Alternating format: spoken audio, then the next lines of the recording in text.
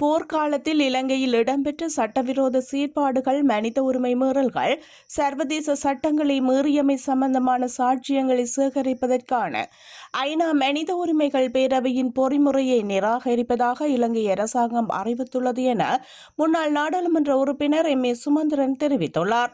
உண்மைகளை மூடி மறைக்க வேண்டும் என்ற தோரணையிலேயே தற்போதைய அரசாங்கமும் செயற்பட்டுக் கொண்டிருக்கின்றது என அவர் மேலும் சுட்டிக்காட்டினார்.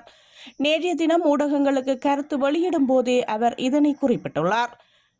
ஐக்கிய நாடுகள் மனித உரிமைகள் பேரவையின் கூட்டத்தொடர் தற்போது ஜெனீவாவில் நடைபெற்றுக் கொண்டிருக்கிறது. இந்த கூட்டத்தொடரில் ஆரம்பத்தில் கடந்த 25ஆம் திகதி இலங்கையின் வெளிவிவகார அமைச்சர் விஜித ஹேரத் உரையொன்றினை ஆற்றியிருந்தார்.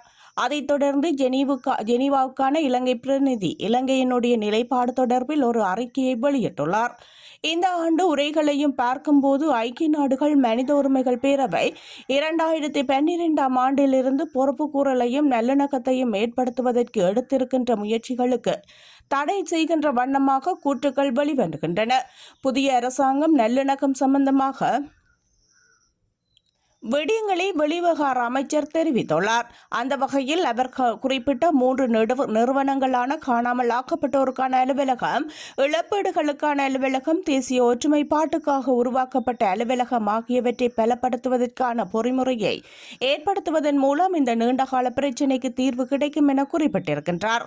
மேற்குறிப்பிட்ட நிறுவனங்களுக்கு வரவு செலவு திட்டத்தில் போதுமான நிதி ஒதுக்கப்படவில்லை.